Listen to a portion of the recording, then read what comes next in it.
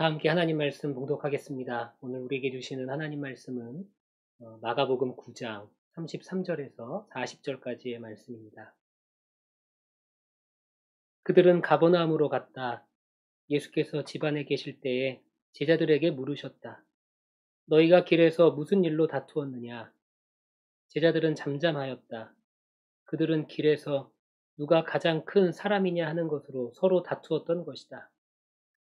예수께서 앉으신 다음에 12제자를 불러놓고 그들에게 말씀하셨다. 누구든지 첫째가 되고자 하면 그는 모든 사람의 꼴찌가 되어서 모든 사람을 섬겨야 한다. 그리고 어린이 하나를 데려다가 그들 가운데 세우신 다음에 그를 껴안아 주시고 그들에게 말씀하셨다. 누구든지 내 이름으로 이런 어린이들 가운데 하나를 영접하면 그는 나를 영접하는 것이요. 누구든지 나를 영접하는 사람은 나를 영접하는 것보다 나를 보내신 분을 영접하는 것이다. 요한이 예수께 말하였다. 선생님, 어떤 사람이 선생님의 이름으로 귀신들을 쫓아내는 것을 우리가 보았습니다. 그런데 그 사람은 우리를 따르는 사람이 아니므로 우리가 그가 그런 일을 하지 못하게 막았습니다. 그러나 예수께서는 이렇게 말씀하셨다. 막지 말아라. 내 이름으로 기적을 행하고 나서 쉬이 나를 욕할 사람은 아무도 없기 때문이다. 우리를 반대하지 않는 사람은 우리를 지지하는 사람이다. 아멘. 하나님의 말씀입니다. 말씀을 주신 하나님께 감사드립니다. 네. 오늘 마가복음 27번째 시간입니다. 오늘 마가복음 9장의 말씀 가지고 모든 사람을 섬겨야 한다라는 제목으로 함께 말씀을 나누겠습니다. 여러분들 마가복음의 말씀 함께 나누면서 새 힘을 얻게 되시기를 바라고요. 그리고 이 마가복음의 말씀이 여러분들의 삶 가운데 귀한 열매를 맺을 수 있기를 오늘 함께 기도하겠습니다. 한국의 전라북도 김제에 가면 금산교회라는 교회가 있습니다. 이 금산교회는 1905년도에 조덕삼이라는 사람의 집에서 예배를 드리면서 시작이 되었습니다. 당시에 조덕삼은 금광 사업을 통해서 이 지역에서 제일 가는 큰 부자가 된 이 지역의 유지였습니다. 조덕삼의 집에서 시작된 교회에 사람들이 모이기 시작했고, 그리고 많은 사람들이 모이면서 이 조덕삼은 자기 땅에 예배당을 지어서 하나님께 봉헌을 했습니다. 그리고 이때부터 자신의 머슴이었던 이 이자익이라는 사람이 함께 그 교회를 출석하게 됩니다. 이자익이라는 사람은 조덕삼의 말을 돌보는 마부였는데 총명하고 부지런했고 굉장히 신실한 사람이었다고 그렇게 알려집니다. 그는 비록 마부였지만 그리고 머슴이었지만 신실하게 신앙생활하면서 교회를 잘 섬기게 됩니다. 그리고 시간이 흘러서 이 금산교회에 장로를 세우는 그런 투표를 하게 되는 그런 시기가 되었습니다. 장로 후보로 오른 사람은 바로 이 조덕삼이라는 사람과 또 이자익이라는 이 두 명의 후보가 장로 후보에 오르게 됩니다. 지역의 지주이고 또 예배당을 건축해서 봉헌했던 이 조덕삼이라는 사람, 그리고 그의 머슴이었던 이자익이라는 인물이 둘 다 동시에 장로 후보가 되어서 교인들의 투표가 이루어진 것이죠. 교인들이 투표를 하고 결과를 발표하는데 놀라운 반전이 일어났습니다. 모든 사람들이 다 많은 대다수의 사람들이 조덕삼이 될 줄 알았는데 막상 투표 결과를 보니까 이자익이라는 사람이 장로로 선출된 것입니다. 이변이 일어난 것이죠. 투표 후에 이 성도들도 술렁거리기 시작했어요. 그런데 그때 조덕삼이 일어나서 성도들에게 이런 말을 건넵니다. 우리 금산교회는 참으로 훌륭한 일을 해냈습니다. 우리 집에서 일하고 있는 이 이자익 장로는 저보다 신앙의 열의가 대단한 사람입니다. 참으로 감사합니다. 나는 하나님의 뜻을 겸허히 받아들여서 이자익 장로를 잘 받들고 더욱 교회를 잘 섬기겠습니다. 이렇게 조덕삼이라는 사람이 교인들한테 이야기를 했다는 겁니다. 그리고 더욱 놀라운 일은 그 이후에 일어나게 됩니다. 조덕삼은 이자익 장로를 평양신학교에서 공부할 수 있도록 모든 지원을 아끼지 않았고, 후에 금산교회의 담임 목사로 이 이자익 목사를 청빙하게 되었다는 것이죠. 그리고 이 이자익 목사는 한국 장로교회 안에서 총회장을 3번 연임하는 등의 아주 입지적인 인물로 그렇게 성장하게 됩니다. 신분의 차별이 존재했던 한국 사회에서 기독교 신앙은 굉장히 큰 영향을 끼쳤습니다. 모든 인간에 대한 존중 그리고 평등의 가치는 기독교 신앙을 통해서 한국 사회 안에 빠르게 퍼져나갔습니다. 그리고 현대사회로의 계몽운동 또한 기독교를 중심으로 그렇게 확산이 되었습니다. 기독교가 이렇게 한국 사회에 큰 영향을 미칠 수 있었던 이유는 바로 기독교 안에 있는 종의 정신, 바로 섬김의 정신 때문입니다. 예수님 스스로가 이 땅에 섬김을 받기 위해서가 아니라 되려 섬기기 위해서 오셨다고 그렇게 말씀하셨습니다. 기독교는 사랑과 섬김의 종교입니다. 이런 기독교의 정신을 통해서 한국 사회는 선한 변화를 경험할 수 있는 그런 축복을 누리게 된 것입니다. 오늘 본문에도 예수님께서는 분명한 메시지를 던지고 계십니다. 그 메시지는 바로 모든 사람을 섬겨야 한다라는 메시지죠. 그리고 예수님께서는 스스로의 삶을 통해서 섬김이 무엇인지, 참된 섬김이 무엇인지를 보여주셨습니다. 우리는 오늘 본문을 통해서 종의 정신, 즉 섬김의 정신을 가진 성도, 사랑으로 섬기는 제자의 삶을 사는 이들에게 꼭 필요한 것이 무엇인지를 발견하게 됩니다. 오늘 본문을 통해서 그것들을 발견할 뿐 아니라 섬김을 받는 삶이 아니라 섬기는 삶으로의 인생 전환을 경험하는 우리 예수사랑교회 모든 교우님들이 되시기를 간절히 소망합니다. 그렇다면 섬기는 삶을 사는 성도에게 필요한 것이 무엇일까요? 가장 먼저 우월주의, 우월의식을 버려야 합니다. 오늘 본문 이전의 내용들을 살펴보면 예수님께서는 베드로의 신앙 고백 이후에 주는 그리스도시요 살아계신 하나님의 아들이십니다 라는 이 베드로의 위대한 신앙 고백 이후에 제자들에게 십자가의 길을 가르치셨고 십자가에서의 구원의 사역을 지속적으로 가르치셨습니다. 31절과 32절에도 그 내용이 구체적으로 표현이 되고 있어요. 예수님께서는 십자가 사역에 대해서 일회적으로 한 번 가르치신 것이 아니라 지속적으로 반복적으로 제자들에게 이것을 가르치신 것입니다. 예수님께서는 이 십자가 사역이, 이 십자가에서의 이 모든 일들이 결국에는 인류 구원을 위한 예수님의 사랑과 또 섬김의 사역임을 제자들이 알기를 원하셨던 것이죠. 그런데 본문을 통해서 우리는 안타까운 사실을 하나 발견하게 됩니다. 제자들은 그런 예수님의 마음을 온전히 헤아리지 못하고 있었다는 것. 본문 34절을 볼까요? 본문 34절에 보면 이렇게 기록이 됩니다. 제자들은 잠잠하였다. 그들은 길에서 누가 가장 큰 사람이냐 하는 것으로 서로 다투었던 것이다. 예수님은 십자가를 통한 놀라운 하나님의 사랑과 섬김 또 구원의 비밀을 알려주셨죠. 하지만 제자들은 그 가르침을 들으면서도 정작 누가 더 큰 사람이 되어야 하는지 그것 때문에 서로 다투고 있었다는 거예요. 이 다툼에 대해서 성경은 구체적으로 기록은 하고 있지 않습니다. 과연 이 다툼의 대상이 누구였는지 우리는 알 수 없지만 성서학자들은 다양한 견해를 내놓죠. 이 세 명의 제자들, 야고보와 베드로와 야고보, 요한, 이 세 명의 제자들과 나머지 9명의 제자들의 다툼이었다라고 보는 성서학자들의 견해가 있습니다. 이 세 명의 제자들은 변화산에서 특별한 은혜를 경험하지 않았습니까? 그래서 이 제자 공동체 안에서 본인들이 더 우월하다고, 본인들이 더 특별하다고 그렇게 생각하게 되었고, 그리고 그 때문에 다툼이 일어났을 것이다. 그렇게 보는 견해가 있는 것입니다. 그리고 또 다른 해석은 베드로와 야고보, 요한 이 세 제자들 안에서 다툼이 일어났을 것이라고 해석하는 사람들도 있습니다.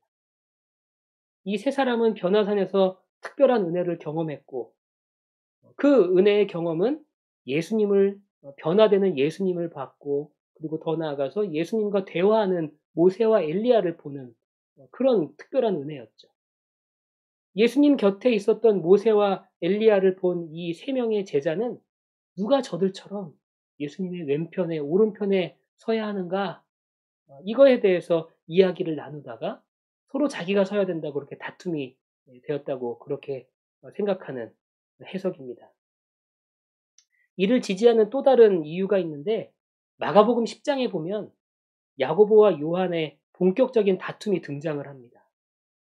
그리고 이 다툼이 오늘 본문과의 이 연장선상에 놓여 있다고 그렇게 생각되는 그런 신학자들도 있다는 것이죠.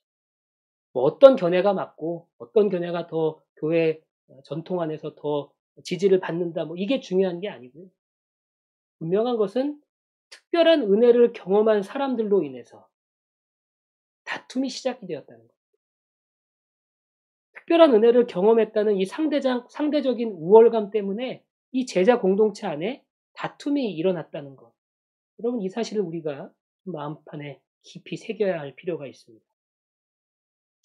이 리차드 포스터가 쓴 돈, 섹스, 권력이라는 책이 있습니다. 이 책은 현대를 살아가는 성도들이 반드시 읽어야 하는 필독서라고 저는 개인적으로 생각을 합니다. 특별히 우리 유학 중인 학생들, 지금 이제 공부 중인 학생들은 꼭 읽어야 되는 책이라고 저는 그렇게 생각해요. 저도 20대 초반에 이 책을 읽고 많은 깨달음을 얻었고, 지금도 이 책의 영향을 많이 받고 있습니다. 이 책에서 저자는, 리차드 포스터는 제자의 삶을 사는 성도들에게 찾아오는 가장 큰 유혹 3가지를 말하고 있어요. 그것이 바로 이 책의 제목입니다. 저자는 3가지 유혹 중에서 가장 미묘하고, 그리고 때로는 가장 강력하고, 사람들이 유혹이라고 느끼지는 않으면서도 빨려드는 강렬한 유혹, 그것이 바로 권력이라고 그렇게 말을 하고 있습니다. 그러니까 이 제자들의 자리 다툼, 누가 더 큰 자냐, 누가 예수님의 왼편과 오른편에 설 것이냐, 이러한 다툼은 결국에는 권력이라는 유혹을 맞이하고 있는 것이라는 거죠. 이 권력에 대한 유혹은 인간 안에 있는 우월주의와 우월의식에서 시작되는 것이라고 우리는 볼 수 있습니다. 제자들의 다툼은 특별한 영적 경험이 감사와 은혜의 대상이 아닌 우월감의 대상이 된 경우입니다. 그리고 그 우월감을 바탕으로 더 많은 권력을 손에 넣고 싶어하는 인간의 본성이 드러난 것이라고 표현할 수 있겠습니다. 우리는 이런 경우를 우리 주변에서 너무 흔하게 볼 수 있지 않습니까? 여러분, 정치 뉴스를 한번 보십시오. 요즘 정치는 권력을 가진 사람들이 더 많은 권력을 쥐기 위한 다툼과 싸움이라는 생각이 들 때가 많습니다. 권력의 노예가 된 것 같은 사람들이 얼마나 많은지 모르겠어요. 그 권력을 탐하는 이면에는 자신에 대한 우월의식, 우월주의가 내재되어 있음을 우리는 발견할 수 있어야 합니다. 저는 특별히 우리 예수사랑교회에서 신앙생활하고 있는 유학생들에게 당부의 말씀을 드리고 싶습니다. 여러분들은 대부분의 사람들이 경험할 수 없는 이 유학이라는 과정을 경험하고 있습니다. 이 유학에 대한 구체적인 과정이나 상황은 모두가 다를 수가 있겠어요. 그렇지만 결론적으로 여러분들은 대다수의 사람들이 경험하고 싶어도 경험하지 못하고 있는 그런 경험들. 지금 여러분들은 그 경험을 하고 있다는 것입니다. 이것은 굉장히 특별한 경험이죠. 놀라운 은혜죠. 어떻게 보면 은혜입니다. 그런데 이 특별한 경험이 이 유학이라는 이 특별한 경험이 여러분들의 우월 의식을 높이는 도구가 되지 않기를 간절히 소망합니다. 여러분들이 잘못된 우월감을 다스리지 못할 때, 여러분들 안에 잘못된 우월감이 싹트기 시작할 때 여러분들에게 반드시 죄의 유혹이 함께 찾아온다는 사실을 여러분들이 꼭 기억하십시오. 그 우월감으로 인해 찾아오는 이 권력이라는 유혹은 더 많은 죄의 가지들을 파생한다는 사실, 여러분들이 꼭 기억하시고 여러분들이 꼭 그 유혹을 이겨낼 수 있는, 그 죄악을 이겨낼 수 있는 삶을 살게 되시기를 소망합니다. 우리 사랑하는 옛사랑교회 모든 교우들은 미국에서의 삶의 경험을 통해서 오히려 겸손하고 낮아지고 더 섬길 수 있는 성도들, 그런 모습들을 갖춰갈 수 있게 되기를 소망합니다. 우월감이 아니라 종의 신앙을 가지고 예수님의 사랑과 섬김을 실천할 수 있는 제자의 삶을 살아가는 우리 모두가 되기를 간절히 축원합니다. 우리가 사랑과 섬김을 실천하는 참된 제자의 삶을 살기 위해서는 두 번째로 이기주의를 극복할 수 있어야 합니다. 이기주의. 특별히 오늘 본문을 통해서 우리가 알 수 있는 사실은 이 이기주의가 자기 과시로 표출될 수 있다는 사실입니다. 예수님께서는 자기 과시를 위한 이기적인 행동을 조심하라고 우리에게 가르치고 계시죠. 예수님께서는 이 가르침을 위해서 아주 특별한 시청각 교육을 하십니다. 한 어린아이를 데려오시고 예수님께서는 그 아이를 꽉 안아주시면서 가르침을 전하시죠. 36절과 37절입니다. 그리고 어린이 하나를 데려다가 그들 가운데 세우신 다음에 그를 껴안아 주시고 그들에게 말씀하셨다. 누구든지 내 이름으로 이런 어린이들 가운데 하나를 영접하면 그는 나를 영접하는 것이요.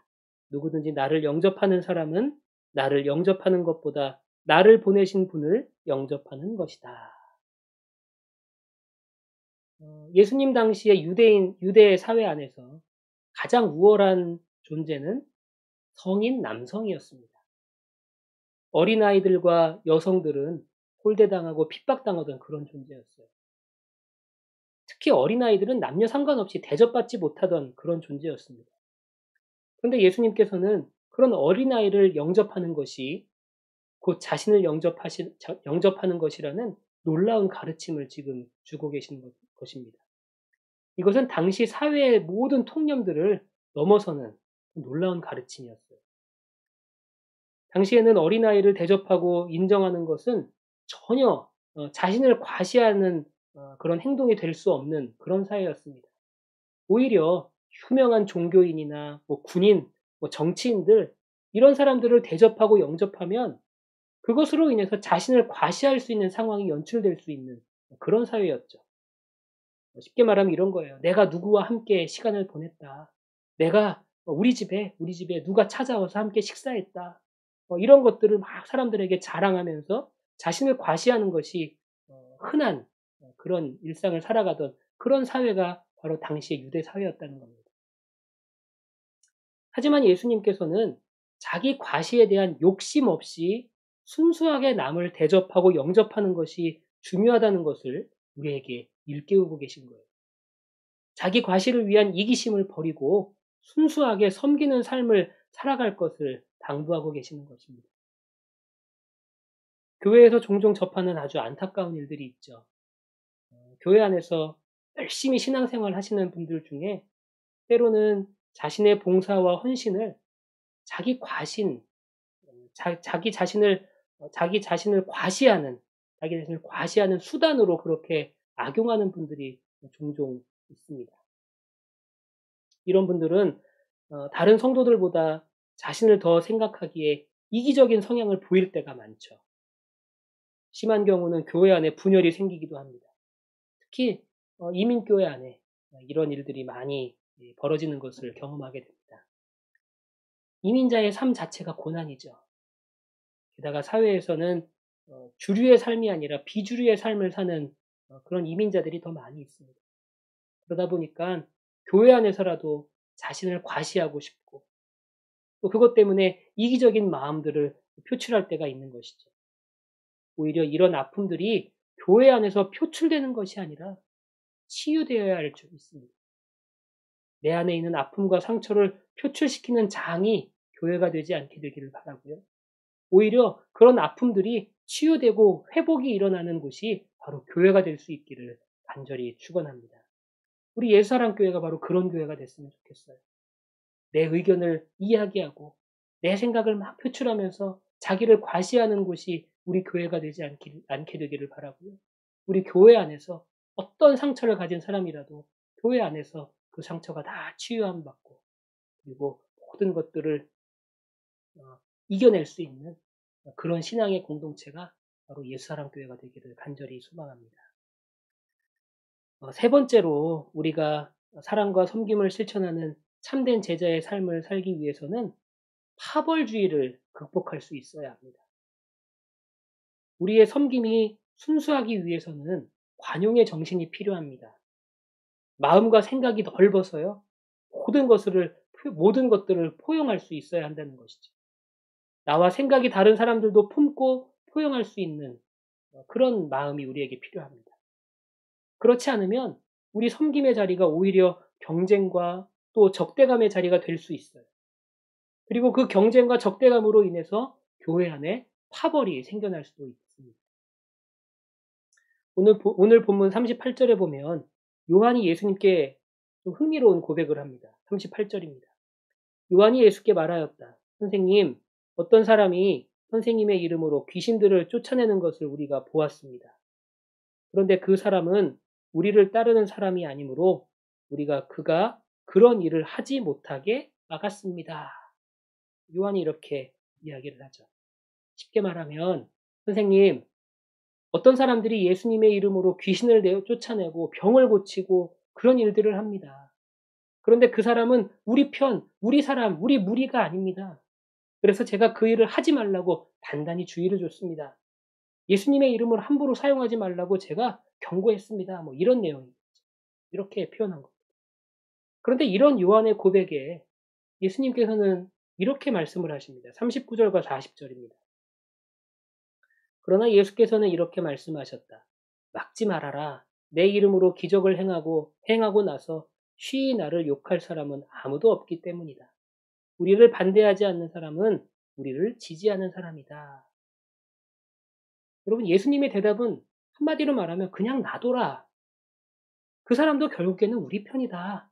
그렇게 말씀하고 계신 것입니다. 아마 이 요한의 마음 속에는요, 자기만의 기준으로 인해 생겨났던 그런 파벌이 자리 잡고 있었던 것 같아요. 직설적인 표현으로 편가르기죠. 편가르기. 인생의 모든 것을 포기하고 예수님을 따르고 있는 자신들, 그리고 다른 무리들에 대해서는 그런 자신들의 어떤 생각 때문에 다른 무리들에 대해서는 파벌 의식이 존재하게 된 것이죠. 그런데 이 파벌에 대한 문제는 신약 성경에서 종종 발견할 수 있는 문제였습니다. 바울이 세웠던 고린도 교회는 바울 이후에 큰 어려움을 겪게 되는데 그 어려움이 바로 파벌 싸움이었다는 거예요. 교회 안에 바울파가 생겨나고 베드로파가 생겨나고 아볼로파가 생겨납니다. 교회가 막 갈라지는 거죠. 파벌로 인해서. 그래서 서로 다투고 서로 시기하고 그런 문제들이 교회 안에 있었다는 겁니다. 한국 사회 또한 파벌의 문제가 있죠. 여러분들 잘 아시는 것처럼 지역 감정의 문제, 또 세대 간의 갈등, 젠더 갈등, 또 정치적인 이념 갈등, 학벌주의 이런 문제들이 결국에는 넓은 의미로 보면 파벌 문제라고 우리는 볼 수 있겠습니다. 미국 사회도 마찬가지인 것 같아요. 정치의 양극화, 그렇죠? 인종차별, 혹은 뭐 백인 우월주의, 아시안 혐오 사상 그런 것들이 이면에는 결국에는 이런 파벌 문제가 자리 잡고 있는 것을 우리는 생각해 볼 수가 있겠습니다. 우리 예수사랑교회는 이런 파벌을 넘어서서 이런 파벌을 뛰어넘는 그런 교회가 되기를 간절히 소망합니다. 모두가 함께하고 함께 즐기고 함께 행복한 신앙의 공동체를 만들어 가야 합니다. 누구의 편도 없이 누구의 파벌도 없이 오직 예수님으로 하나 되는 그런 예수사랑교회가 되기를 간절히 축원합니다. 우리가 주님을 온전히 따르며 또 섬기는 제자의 삶을 살기 위해서는요. 우월주의, 우월의식을 버리고 대신 겸손함을 가진 그런 교회 공동체를 이루어가야 합니다. 나를 과시하려는 이기주의를 버리고 진정한 섬김의 의미를 찾는 교회가 되어야 합니다. 어떤 파벌과 갈등 없이 모두가 하나 되는 교회. 그런 교회가 우리 사랑하는 예수사랑교회가 되기를 간절히 축원합니다. 여러분, 우리가 이런 아름다운 교회를 만들어갈 수 있게 되기를 소망합니다.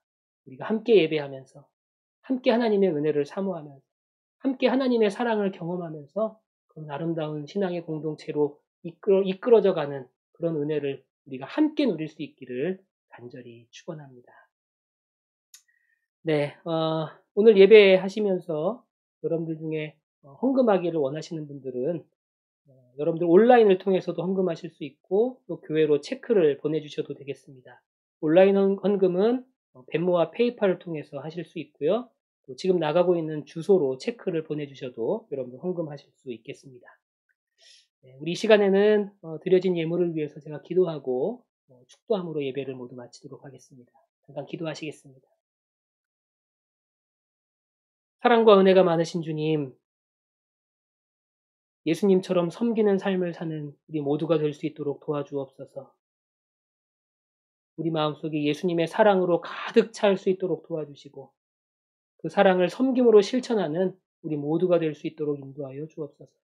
내 안에 있는 우월주의, 우월의식을 버리게 하시고 내 안에 있는 이기적인 마음 버리게 하여 주시고 오직 하나님만을 섬기며 어떤 파벌도 존재하지 않는 그런 아름다운 신앙의 공동체를 만들어가는 우리 예수사랑교회가 될 수 있도록 인도하여 주옵소서.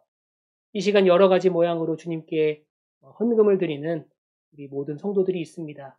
우리 성도들의 손길마다 주님이 축복하여 주시고 주님의 귀한 은혜와 축복으로 채워 응답하여 주옵소서.